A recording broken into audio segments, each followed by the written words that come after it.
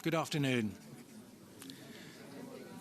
I just want to say a few words on behalf of the Group of 30.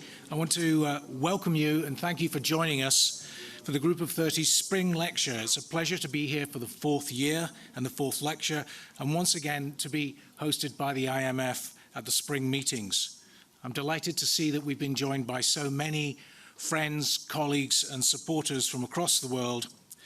And we're also joined on live stream by many other friends and colleagues in the community who couldn't be with us in person. And I thank you for being here and being a source of support over many years. As you know, the Group of 30 aims to deepen the understanding of the global economic and financial issues and to explore the international repercussions of decisions taken in the public and private sectors. And looking ahead to the fall, I'd ask you to put the International Banking Seminar in your calendars already. The 39th International Banking Seminar will take place again as normal during the annual meetings and will take place on Saturday, October 26th. Details will be sent to you soon, but please mark your calendars. Please note we have press present. This is an open meeting on the record. And finally, I want to thank Kristalina Georgieva and the International Monetary Fund for their warm welcome and hospitality in hosting us yet again. And it's my great pleasure to introduce G30 member and first Deputy Managing Director of the IMF, Geeta Gopinath, to give us a few opening remarks. Geeta, please.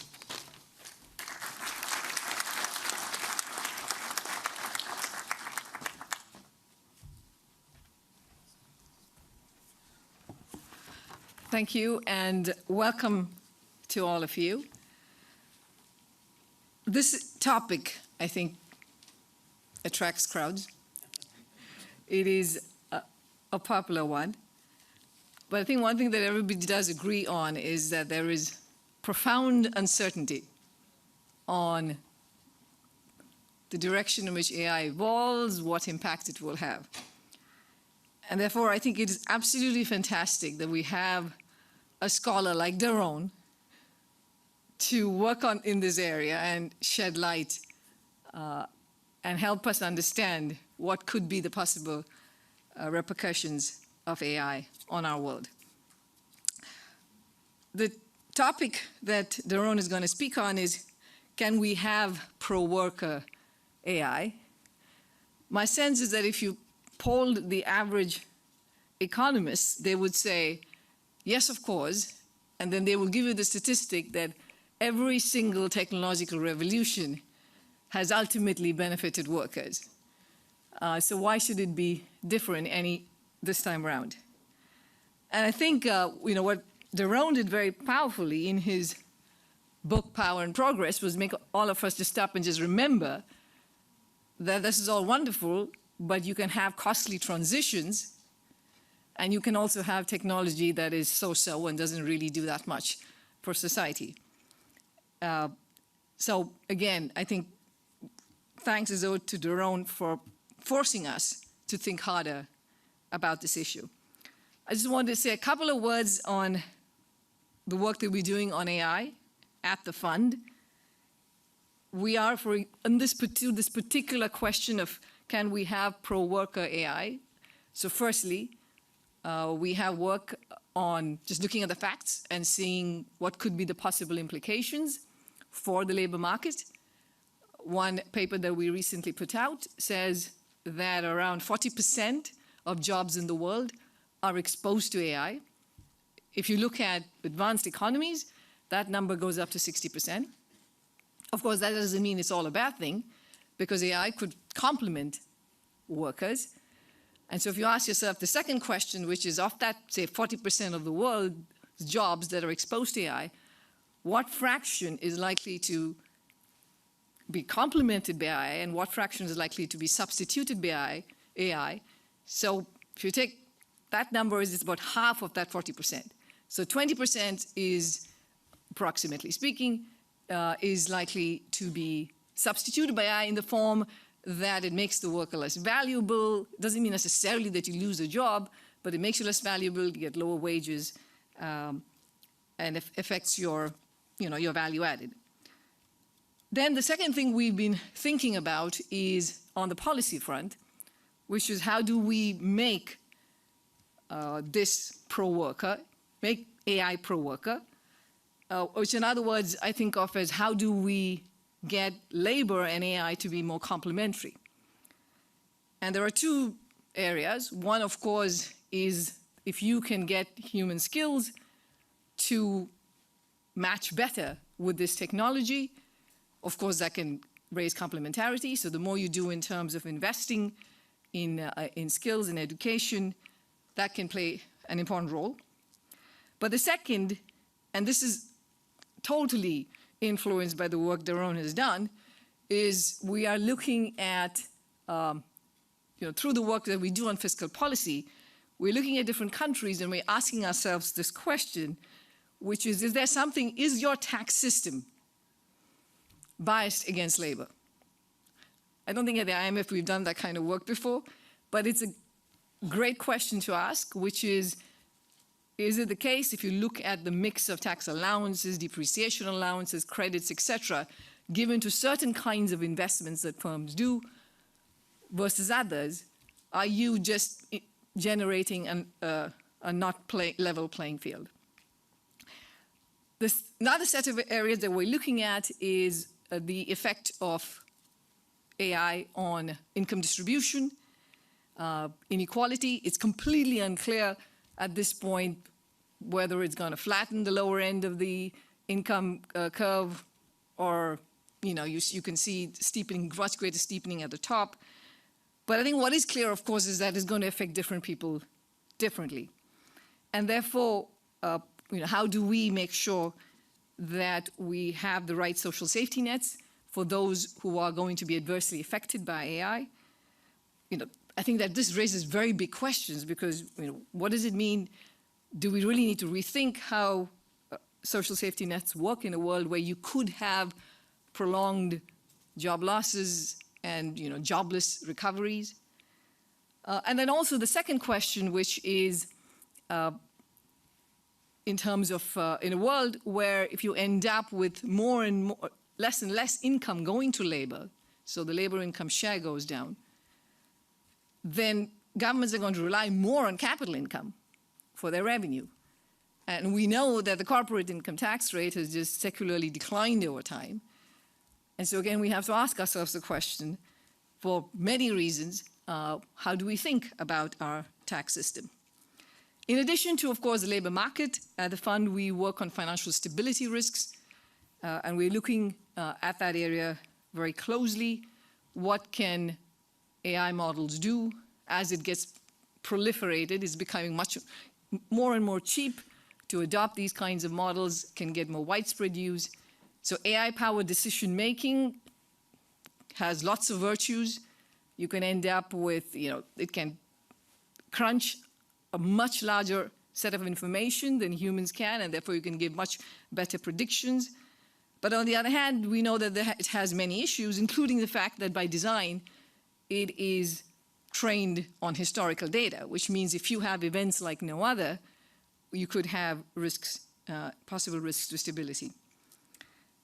Lastly, we are also working on global risks of global divergence in a world where we have a digital divide and there are countries whose digital infrastructure just doesn't support the adoption of AI, or you can't even get the benefits of it.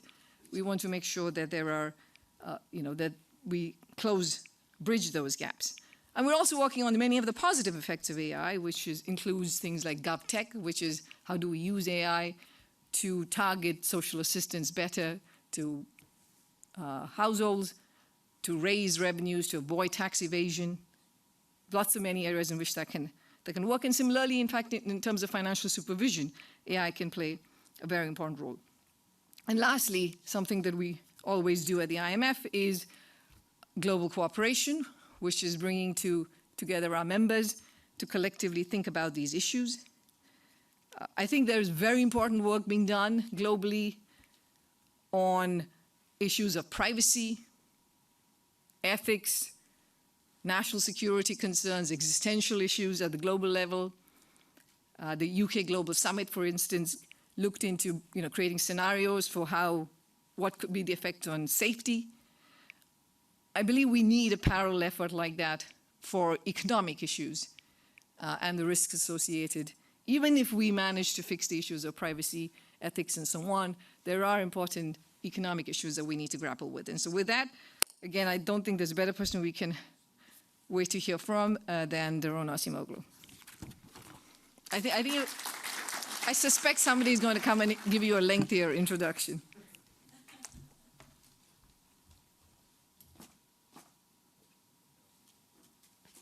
I'm not going to take up any more time. You need to hear from the professor, not from me. But let me just say that for those of you who have not read Power and Progress yet, you should. It's incredible, outstanding, it's sweeping, it's historical, it's political economy, it's economics. It's absolutely fantastic. Buy it now. Daron, please.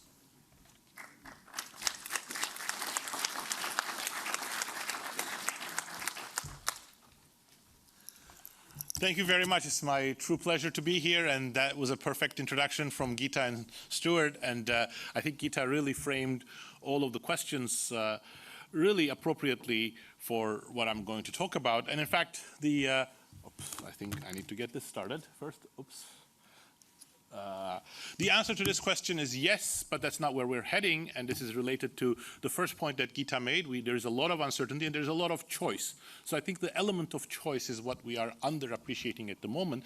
The future of AI remains to be written, and it is people such as those in this room, as well as the broader civil society, public democratic participation, that need to play a role in having a voice in the future of AI, including the developing world, for which institutions such as the IMF, the United Nations, have to have a very important role. So that's the conclusion. I thought I will give you the conclusion first, so that now I can try to develop this point. We are in the midst of a truly sweeping set of changes. The events that have taken place since October 2022 are quite unusual. The new AI models are very impressive in some of the capabilities that they are showing, and the amount of computational power, spending, and energy that is being spent is really truly mind-boggling.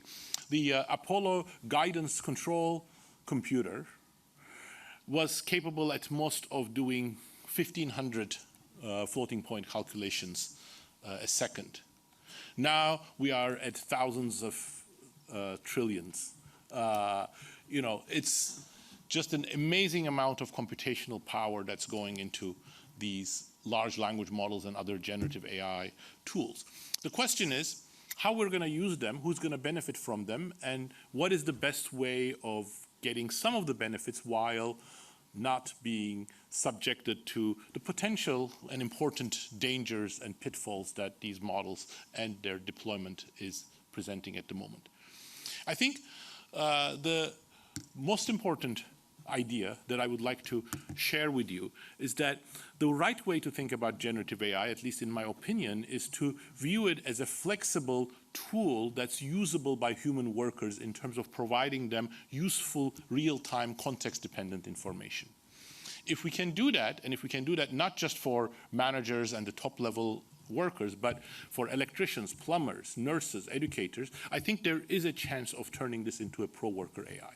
But unfortunately, that's not where we're heading, and we're not heading there for different layers of reasons. First, the business models that are guiding AI. Second, I'm going to argue, starting in the next slide, that there is an ideology of AI, or a vision, what we call vision in the book with Simon, that is pulling AI in two different directions, with unfortunately one of them that's less conducive to this type of realization being dominant at the moment. And related to that, there are four specific types of roadblocks that stand in the way of AI becoming truly pro-worker. So let me give you those right now, and I'll go into detail in each one of them. Excessive automation, loss of informational diversity among humans, a misalignment between human decision makers and AI models, and monopolized control of information. But in order to appreciate why these are such important roadblocks and why they are in the way of more pro-worker AI or pro-human, broadly beneficial AI, we need to understand the beginnings of computer science and artificial intelligence. And I think there's nobody who has played as much of a formative role in this as the gentleman you're seeing on the right, Alan Turing, who's of course famous from Hollywood movies as well as brilliant mathematical papers. Alan Turing was truly a powerful, trailblazing mathematician, but he was also a philosopher, and it is, in some sense, his philosophy as much as his mathematics that have been influential in the evolution of computer science and artificial intelligence. Alan Turing had this idea, which actually you can recognize from the movie as well, that it was both desirable and also feasible to have what he called autonomous machine intelligence, meaning machine intelligence that is capabilities that are at the human level among machines, and autonomous meaning that will be self-acting. And once you have this possibility of autonomous machine intelligence to the level that a machine can be as good as humans in almost all tasks, that of course opens up a lot of possibilities as well as a lot of dangers. And it also pushes you to think in a particular way about how to develop AI models and how to use AI models. The time when the field of artificial intelligence was christened was in that second picture. I won't go through the names of each one of the gentlemen there, but they are equally famous in the field of computer science, psychology, mathematics, and AI. And they very much took and amplified this vision of machine intelligence. One implication of machine intelligence is that, of course, if there's autonomous machine intelligence, we should let machines do more and more tasks. If there is autonomous machine intelligence, perhaps we need to worry less about human input into these issues. Now, this view, which is quite significant today and finds its perhaps apex in ideas related to artificial general intelligence or superintelligence emerging among computers, was not the only game in town. In fact, almost as early as Alan Turing, at the very end of the 1940s, the gentleman up there, Norbert Wiener, started writing about the same issues, but Norbert Wiener had a very different take on it. He was very worried about automation, what it would mean for workers, what it would mean for wages. He also thought that that wasn't the best use of making use of digital computers. Norbert Wiener and several other engineers, mathematicians, and practitioners developed what Simon and I call in our book machine usefulness to contrast with machine intelligence. What drove these ideas, for example, J.C.R. Licklider's work, both in terms of philosophical work and in terms of practical work, for example, leading to the internet, or ARPANET, and then the internet, the sort of protocols, was very much this idea that machines should be at the service of humans. In particular, they should be providing information to humans. And some of the most important innovations that we depend on today, the computer mouse, menu-driven computers, hyperlinks, hypertext, all came out of a lab run by Douglas Engelbart, and you see there the first mouse that was demonstrated in the 1960s. So when this machine usefulness vision was practiced, it bore a lot of fruit. But over time, for a variety of reasons, the machine usefulness viewpoint became secondary to the machine intelligence viewpoint. There are reasons for this that go back to the business models. It was much easier to make money at large scale for especially large corporations rooted in Silicon Valley and the surrounding ecosystem on the basis of machine intelligence, data collection, and automation. But there are also ideas related to how the field itself evolved. But the important thing is that AI actually really brings back this debate in a fundamental way. More than 60 years ago, J.C.R. Licklider talked about machine-human symbiosis. What he meant by that wasn't the idea that you would put a computer into your head, but really that you would be communicating, exchanging information, and by getting the right type of information from digital tools, you would be able to make decisions that far exceeded the possibility that humans would be able to do without them. Is this a dream? I don't think so. I think we are at the beginning of the technical capabilities that would bring the possibility that J.C.R. Licklider was dreaming about. In particular, there are a number of studies already that show that even the quite rudimentary large language model and generative AI tool models that we have at the moment, when used in a broadly human complementary way can improve the performance of workers. We are very much at the beginning of this, and I don't think any one of these studies are really testing or demonstrating the type of pro-worker AI that I'm going to advocate in a second. But very briefly, what they show that in a number of different settings, computers can either provide information to decision makers that improve their performance, or they can take over some of the tasks, allowing them to specialize in other tasks. For example, the work by Peng et al. Shows that the GitHub Copilot, which is a ChatGPT-based copilot for programming, can write subroutines and enable people to save a lot of time. Work by two PhD students of ours at MIT, Shiket Noy and Whitney Zhang, does the same thing with white-collar workers. Work by Eric Brynjolfsson from Stanford and Daniel Lee and Lindsay Raymond at MIT does the same with customer service representatives using a customized generative AI tool. In all of these cases, what you're seeing is a mixture of smart automation and human complementarity, but also what you're seeing very interestingly, so the charts on the right are demonstrating that from the Shiket Noy Whitney Zhang paper, is that actually the workers who benefit when these tools are made available to them are the lower expertise workers, meaning workers who were previously performing at middle level or below middle level have their performance boosted because they can get more out of these tools. Now, this is very much the beginning, meaning that I think to create real pro-worker AI, you need a much broader suite of tools and much better customized. So for example, I don't think you're going to get truly pro-worker outcomes by helping a few white-collar workers in offices. You really need to help blue-collar workers, electricians. Electricians is my favorite example because most people don't think of electricians. But actually, you should think of electricians. First of all, it's going to be a very, very major bottleneck as we move forward. We're already at a point where there's a huge shortage of electrician skills in the United States, and that shortage is going to multiply as we move towards the electricity grid. What is the problem of electricians? It's actually a completely problem-solving problem, which is that more and more new advanced equipments are creating malfunction and require servicing or troubleshooting.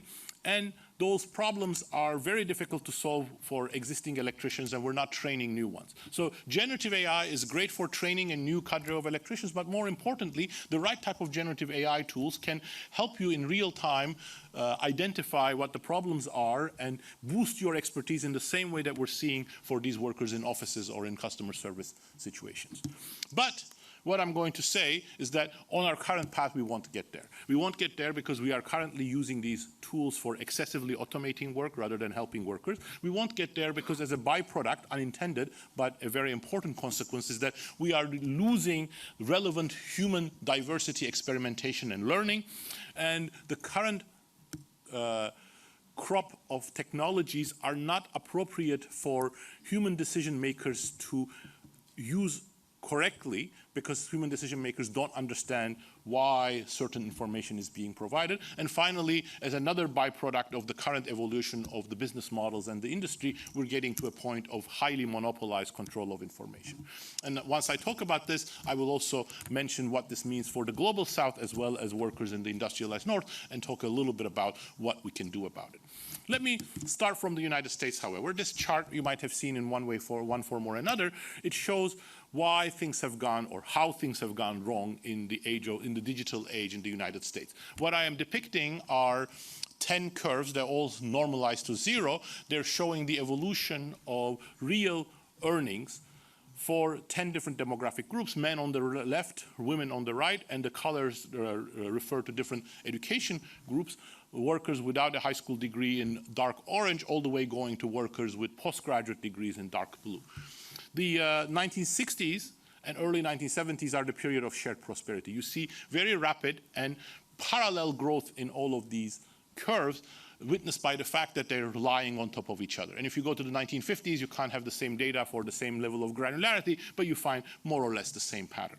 Rapid shared wage growth. So rapid, actually, 2.5% a year in inflation-adjusted terms, which means that if you held a job and experienced this level of wage growth for 20 years, you would double your real income, more or less.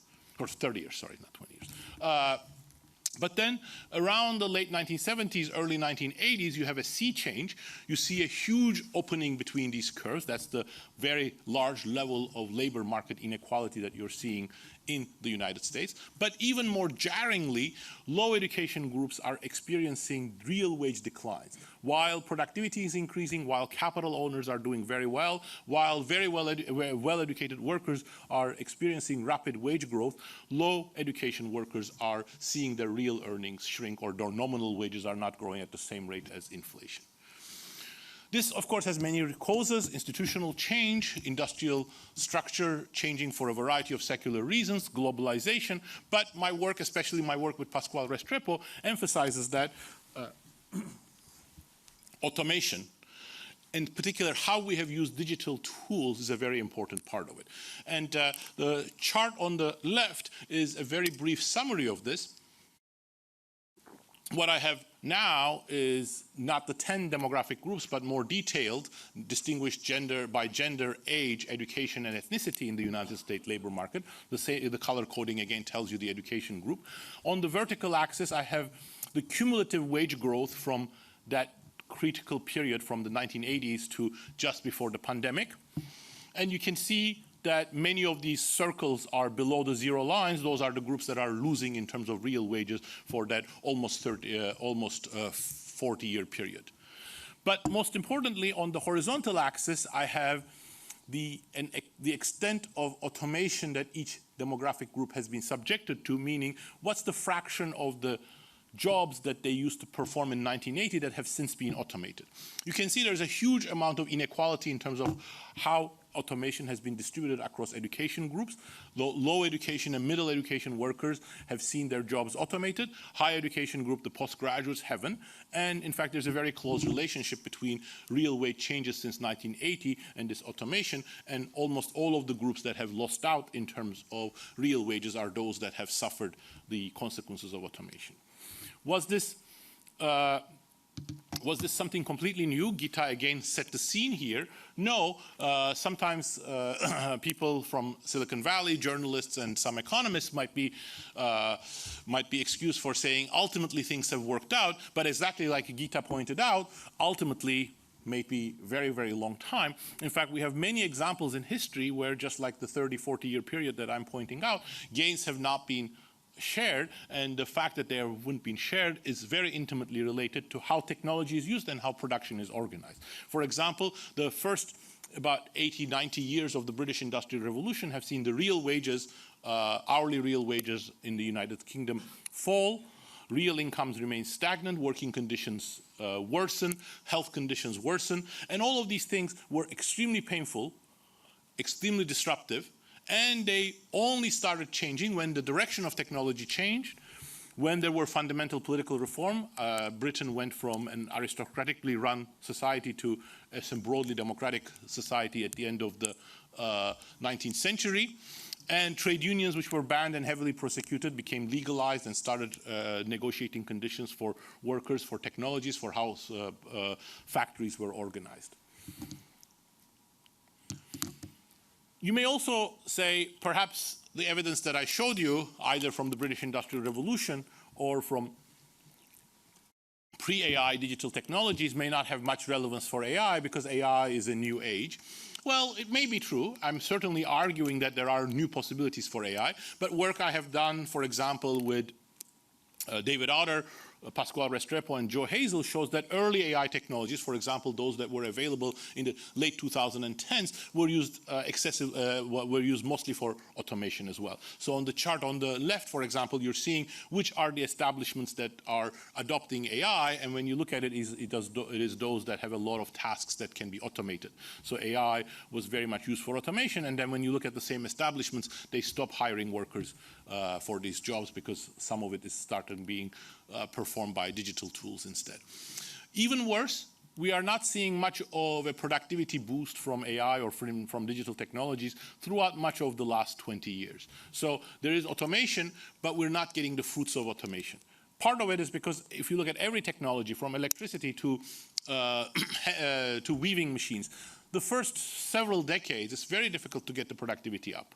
And especially if you're in the mode of excessively automating, you're substituting machines for things that humans were doing quite well already. So you're not going to get a big productivity boost until the machines start getting much better. So that puts a lot of strain in the medium term when you are rapidly adopting new technologies. You're not getting a big productivity boost, but you have a lot of displacement. Is that avoidable? Yes, it is quite evitable, and it's not inevitable. And we see, again, not just from the second phase of the British Industrial Revolution, but from the beginning of the auto industry in the United States. On the right there, I have a picture from Ford's early motor factories. This is from the 1919 Rouge plant. Ford was at the forefront of automation, introducing new electrical machinery, the interchangeable parts system, and then the assembly line. But he was also a leader in introducing a lot of new human tasks. You see new advanced equipment there, but working together with workers. So workers are doing a lot of technical tasks. They're collaborating with the machines in a way that was crucial for achieving the efficiency gains that Ford's motor factory did. So the question, again, comes to, we don't want to just use AI for automation, but we want to use AI to do what the Ford Motor Factory did, which is create new capabilities for workers in a way that's consistent with the high-level achievements of the technology. Now, why did I say that this all is interwoven with the ideology of AI? Because the path between excessive automation versus automating some tasks while at the same time creating new tasks for workers really depends on what the priorities of the tech industry as well as the priorities of business leaders are. If the tech industry prioritizes just automation because, for example, it thinks we are so close to artificial general intelligence, or it's the natural path of these machines to become as good as humans in certain tasks, and once they do that in their autonomous, self-acting, machine intelligent way, then those tasks should be given to humans, that's going to create a bias towards excessive automation. So in some sense, we need to pull back from Turing, or from the trap that Turing, misreading of Turing perhaps posed on us, and we need to go more in the direction of people like Douglas Engelbart, Norbert Wiener, and J.C.R. Wheatglider. Think of digital tools as useful things for humans, not our overlords, but our helpers. Now, that's a big, big change. But even if we started that change, there are many other issues. What we're talking about here is machines providing inputs to humans, meaning that they provide information, they provide recommendations, they provide the tools for making better human decisions. So one place we're going to have that is when humans are making a variety of decisions. You know, I might be going left, Stuart may be going right, and the machine is going to say, left is the right way. Great. If Stuart was making a mistake, that's good. We've avoided the mistake. But human learning is from experimentation. Part of the reason why, as a community, we learn, and what sets us apart, many biologists and evolutionary scientists argue, is our collective learning and collective information sharing, is that it was important for Stuart to go to the right so that we discover what's on the right as well as what's on the left. So if we all start listening to the machines and not using them correctly, then one consequence will be loss of informational diversity.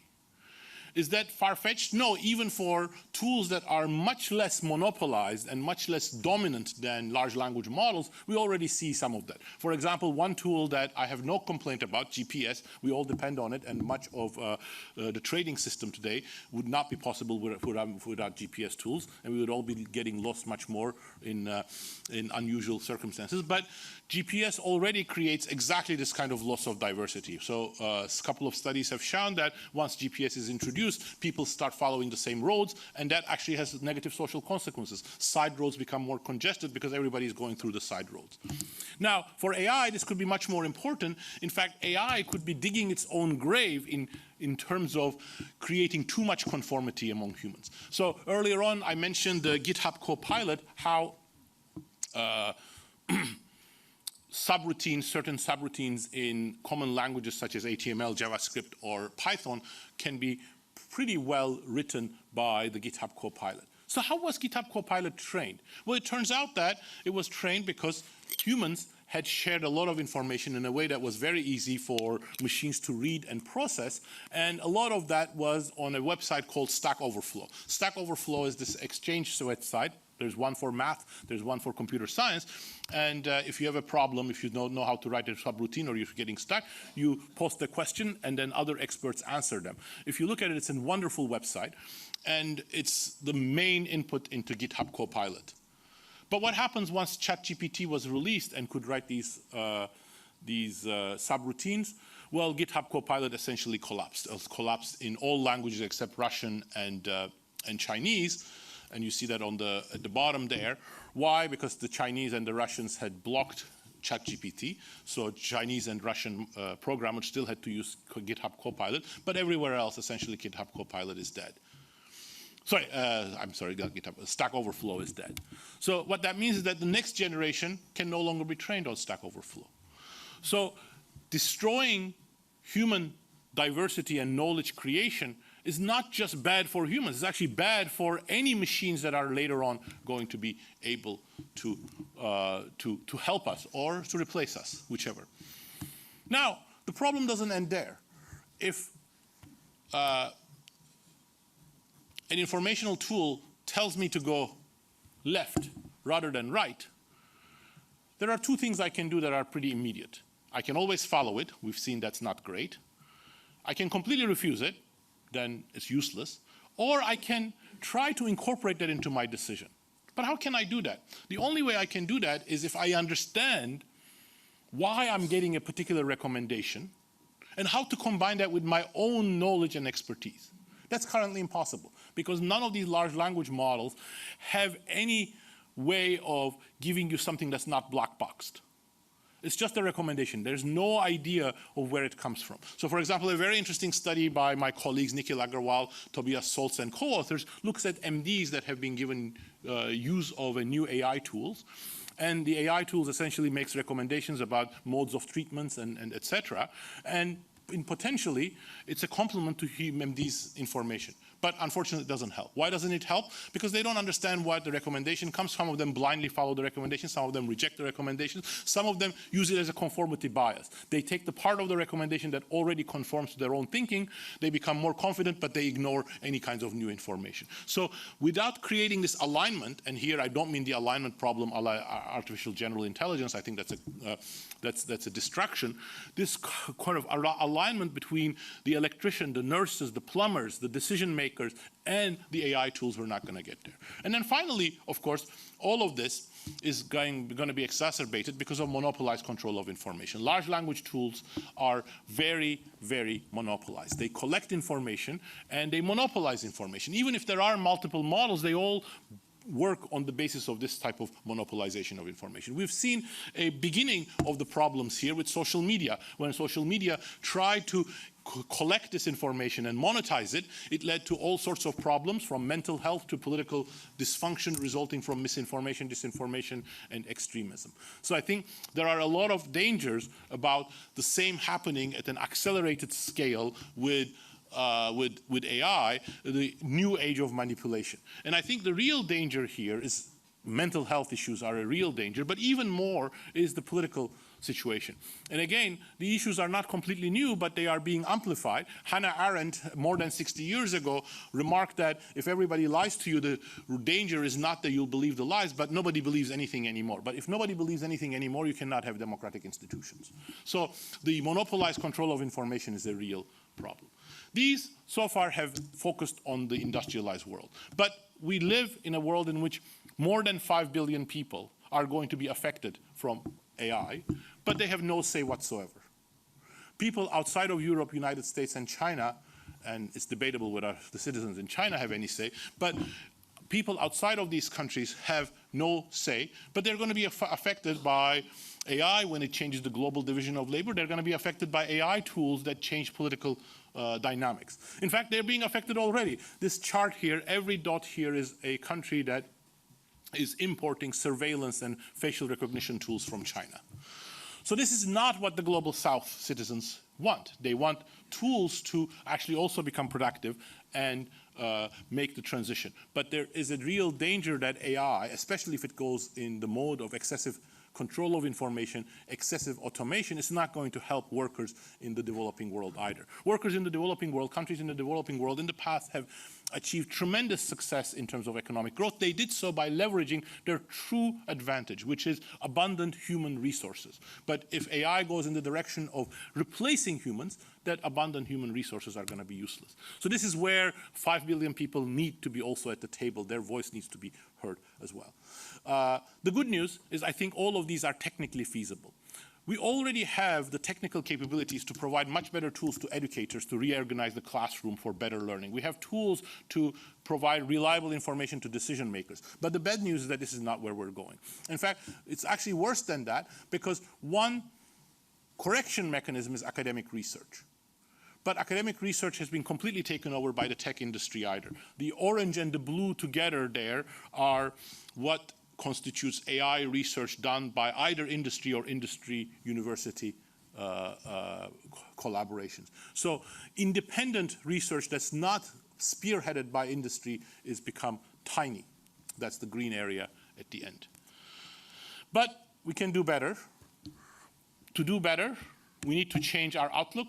We need to change our focus, and we need to have the right policies. Gita already mentioned those already. I think we have to really start by reducing our focus on automation, which means we need to recognize that the best thing we can do is not just create more and more intelligent machines, but create machines that work for us. That's feasible. It requires a redirection in the industry, a redirection of focus. It also means we have to think about tax incentives for businesses. We also need to worry about data ownership. What's happened in Stack Overflow is because nobody's protecting people's data. And that's not just a distributional issue. It is a distributional, but it's not just a distributional issue, because high-quality models that are going to provide reliable information, they really need high-quality data. But if you don't protect data and data ownership, you're not going to achieve that.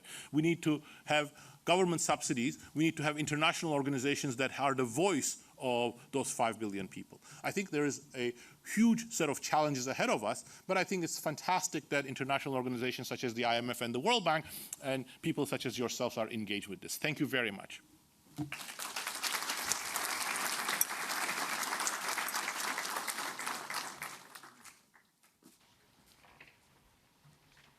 Thank you, Daron. Mark Carney sends his apologies. He had to head out for an important meeting. He asked me to take over the moderation of the Q&A, and I'm very glad to do this, Daron. Thank you. We go back a long time. I met him first when he was a promising young European researcher, and he's now one of the most outstanding economic scientists here in the United States and globally. So really appreciate what you did. The main reason why you would ask a German to head a panel is to finish on time. And I'm absolutely determined to do that, but I'm pretty sure this fascinating discussion had quite a lot of questions that it asked. Actually, I'm going to start with one thing that is absolutely true, since you said basically navigation systems lead to congestions inside roads. In Germany, I now use two systems, and I only go where they agree. If they disagree, and there are two, one is built in the car, the other one is basically a very broadly distributed one, I tend to find that the one built in the car, because it's less followed, is the better one than the one that is a common denominator. And so, you know, there are all these fascinating stories around that. But let's open up. If you have questions, please show your hand. I'm trying to take down where you're sitting, and then hopefully we can get all the names. So I start with Laura, and then the gentleman back there has also raised his hand.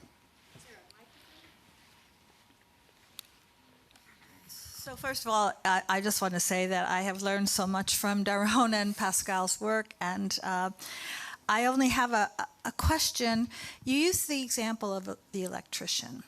So I thought it was the case that what most predictions about AI and work are saying is that when it involves some kind of physical labor in an unpredictable environment that the worker controls, that's a good example. I think electrician would be an example, that actually it's really going to be augmenting.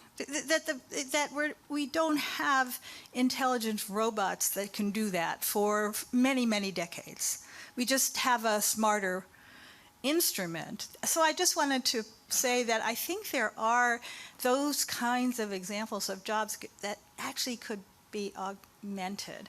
I would even put personal care there as another area, because there you need the social interaction. I don't see you're going to get an AI dealing with personal care.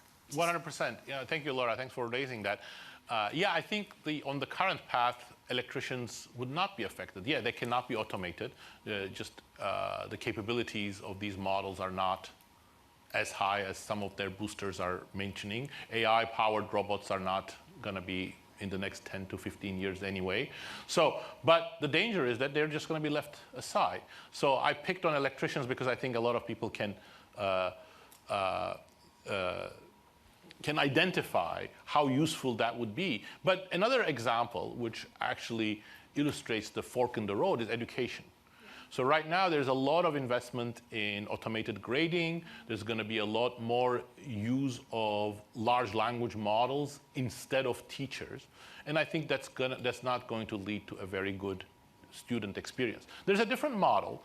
We've known that we want this. And again, technically, the capabilities are there. There are even some prototype models that people have built in university labs, which is you provide educators with tools so that they can identify which students are having problems with which parts of the curriculum. So you start approaching to an affordable, personalized education. The evidence from other examples with personalized education is super useful for low socioeconomic background kids, which is the place where the United States and many European countries and many countries around the world are failing. But there's almost no investment in this area. So it's all automation, replace the teachers, reduce teacher costs, et cetera. So that's another perfect example of what the wasted opportunities are. Thank you, Laura. The gentleman back there, please. Thank you so much, Professor. And it is a great honor and opportunity for people like us to be here. The question I want to ask is very straight. Human interaction, I mean social interaction, versus the AI. I mean, when you interact with machines, how do we see that impacting on our ability as human beings to make our life meaningful? That is one. Perfect. I think my view is very much, I think, consistent with the subtext of your question. It's a much more meaningful life when you are interacting with humans. It's also a much more productive life because humans can react to your needs in a much better way than AI models are capable. But let's look at the following situation. 20 years ago, me and many other people, I think, when we did some shopping, you would exchange words and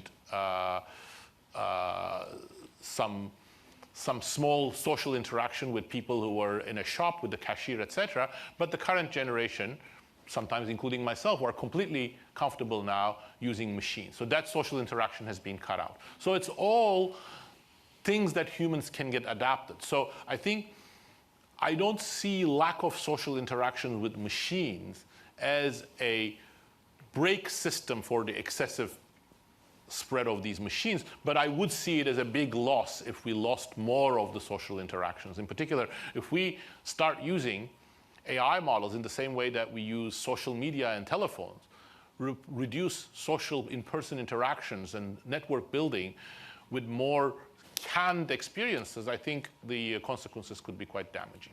Yeah, I absolutely agree with the fact that using AI could cut costs in terms of, for instance, during the COVID, we knew how we were relying on technology for our meetings, for our interactions, but it didn't give us the results. Absolutely, absolutely. And I would say, sitting yeah, I would say together. the most important tool that really, for people in this room anyway, that was a lifesaver during COVID was virtual video conferencing, Zoom, Microsoft Teams, etc. And that's an example of human complementary technology. That wasn't automating anything. It was giving us additional tools for doing new things that we couldn't do before. Gita, please, could you bring the microphone here? Thank you. Firstly, Daron, that was really excellent. Question, you had your last slide where you had a set of things the government can do. And one line said, government should subsidize AI that complements humans. Who decides if this AI is complementing humans, and how do you do that? Any Great question. suggestions? Great question. It's a very, very, very important question, and I don't want to be naive. Of course, it's anything that you create subsidies for is going to be gamed. But let me draw an analogy. I would say that if we want to effectively combat climate change, it's not enough to just set Pigovian taxes and carbon taxes. We also need to subsidize cleaner technologies. And in fact, the small achievements that we have made so far have come not so much from carbon taxes, but from subsidies to solar panels, wind technologies, some of the battery technologies, and so on and so forth. So how did we do that? Well, we made some mistakes. We gave some money to companies that were fly-by-night and not deserving. But on the whole, we have developed enough of a measurement framework to know which technologies are clean, which technologies are dirty. Is it perfect? No. I think we could have an hour discussion about carbon capture, whether it's a clean technology or a dirty technology. But generally, we have a measurement framework, and we've used that on the base. We've used that as the basis for providing some subsidies. I think with enough attention, so the right sort of agency building, we can develop the same guardrails, which are going to be abused sometimes. But it's very clear that if you use AI for getting rid of your cashiers, that's not a human complementary technology. But if you do it as a tool that provides information that expands what electricians or teachers can do, that's more human complementary. So I think there we can do certain things. But obviously, we have to be aware of all of the risks and all of the political economy of subsidies. Christian Keller, back there. Thank you. Two related questions. One is, if I understood you correctly, you seem to suggest that there is a certain intention by the industry at the moment to substitute, to automate, and not to complement. Frankly, I mean, maybe I'm too much of an amateur in this, but I don't clearly see this. I would be very interested to, if you could elaborate on that. What is their interest to really not to complement, or is it just an outcome by chance? And then related to this, if it really was that we are automating large parts, hasn't history shown us that often we don't know yet what new sectors there could be where work is created? So even if there's a lot of automation and substitution, that doesn't mean these people would be unemployed or useless. They would probably find, or if history teaches us right, they would find work in areas we may not even know yet. So let me start with the second part of it. Indeed, the future of labor is in tasks and sectors that we cannot even imagine. But they're not going to happen automatically. They happen as a result of human action, investment by companies and technologies by people. So if we are indeed over-investing in automation, that process will be slow, uncertain, and not so successful. Yes, there are transitions, such as, for example, the mechanization of agriculture in the United States, where simultaneously there were other sectors that created new tasks. But in many other instances, it was slow and uneven. So for example, I talked about the British Industrial Revolution. Handloom weavers that were among the best paid workers at the beginning of the 19th century lost about half of their real pay for about 40 years before they started finding jobs in other industries. So it's a very long and very painful transition. So I don't think we can just rely on technology somehow is going to get it sorted out. And why do I say there is so much emphasis on automation at the expense of other things? 3 reasons. First of all, I and others have analyzed the data. And if you look at, for example, new tasks for humans, there were many more of them and many more rapidly introduced in the 1940s, 50s, 60s, 70s than from 1980s forwards. So we have a lot of automation from 80 onwards, but not many of the new tasks. Second, the wage outcomes. It's precisely the kinds of data that I showed you, workers not finding new jobs and being squeezed into more and more declining occupations is a telltale sign. And third, because frankly, this is what tech leaders are saying that they want to do. So if you talk to them, even in some public forums, but certainly in closed-door conversations, they say their ambition is to find ways of creating workerless factories, that they think that a lot almost all of the work that humans perform can be done by machines, and that's a desirable outcome. And business leaders, some business leaders also agree, not all business leaders. In fact, I would say that there is a similar bifurcation among business leaders. I didn't have time to get into it. It depends on whether you see labor as a cost or as a resource. If you see labor as a cost, then the best thing you can do is cut it. And for many business leaders, labor is a cost. But I think the real more successful strategy, if you are given the right tools and if you have the right organizational structure, is to see labor as a human resource. It is what makes your organization innovative. It is what makes your products more interesting. It is what makes your company dynamic. And if you see your labor as a resource, then you're going to strive to find the right tools and the right way of increasing the productivity of that labor. But unfortunately, I think not enough business leaders are doing that in the United States, and only a few of them are doing it in the industrialized world.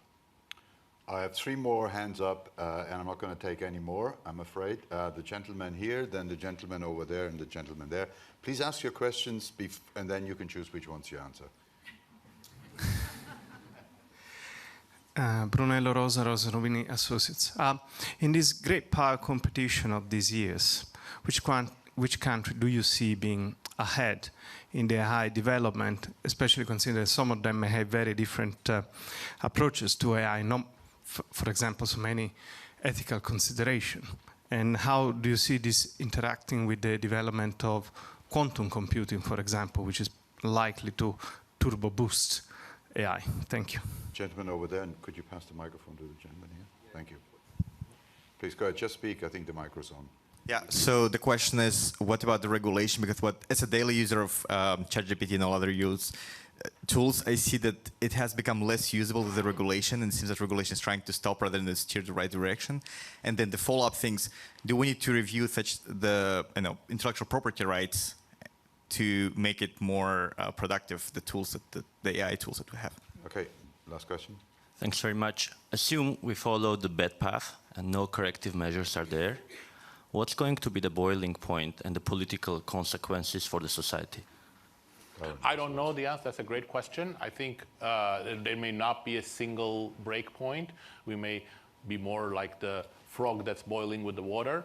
But the telltale sign would be a bigger increase in the gap between capital income and labor income, and more dominance of a handful of companies. And the other 2 questions are actually, I think, in the way that I'm reading them, are very related. I think AI is a global technology, so we need to regulate it globally. Competition can coexist with regulation. In fact, I would say, sure, there are aspects of how China is using AI, including excessive investment in facial regulation, surveillance, the social credit system, that are inconsistent with democratic values.